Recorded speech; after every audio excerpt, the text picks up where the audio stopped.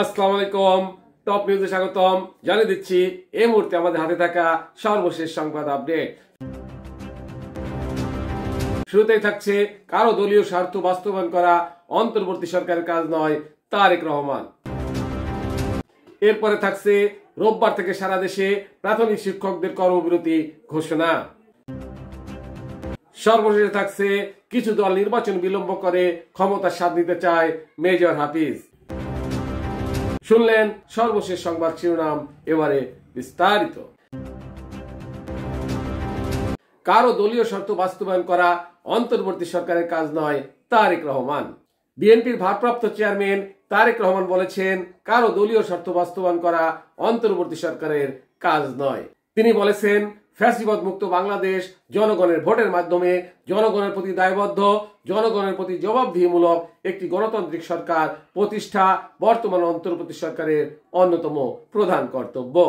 শনিবার ৮ নভেম্বর রাজধানী কৃষিবিদ ইনস্টিটিউটে বাংলাদেশ কনভেনশন হলে মতুয়া বহুজন সমাজ ঐক্য জোট আয়োজিত হিন্দু প্রতিনিধি সম্মেলন ২০২৫-এ বক্তব্য প্রদানকালে তিনি এ কথা বলেন।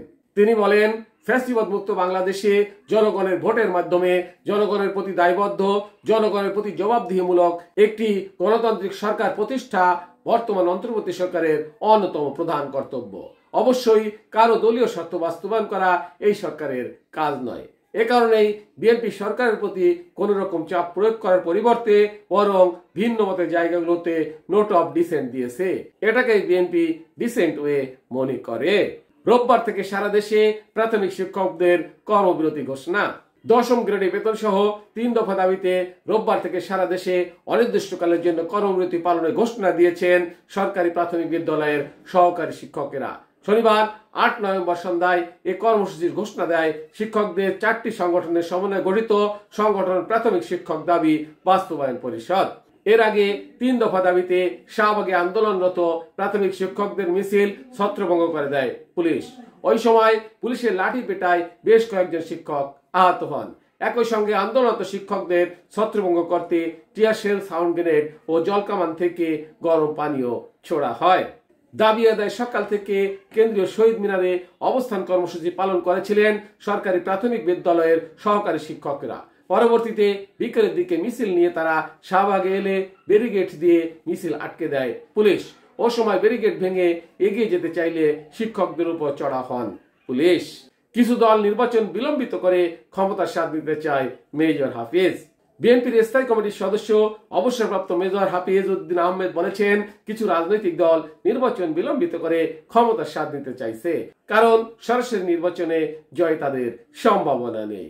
শনিবার ৮ নভেম্বর দুপুরে রাজধানী তোপখানা রোডের বিএমএ মিলনায়তনে এক আলোচনা সভায় প্রধান অতিথির বক্তব্যে তিনি এ কথা বলেন।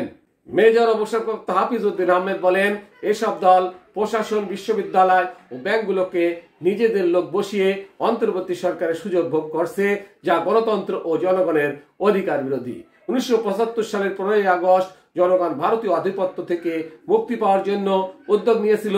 একইভাবে ২০২৪ সালের ৫ই আগস্ট দেশের সাধারণ মানুষ, ছাত্র সমাজ, রাজনৈতিক কর্মী ও ব্যবসায়ীরা আধিপত্য শক্তির বিরুদ্ধে আন্দোলনে নেমে শেখ হাসিনা সরকারের পতন ঘটিয়েছে। দুটি ঘটনাই আধিপত্যবাদের বিরুদ্ধে জনগণের সংগ্রামের বিজয়। টপ নিউজ এখনকার মতো শেষ করছি। আল্লাহ হাফেজ।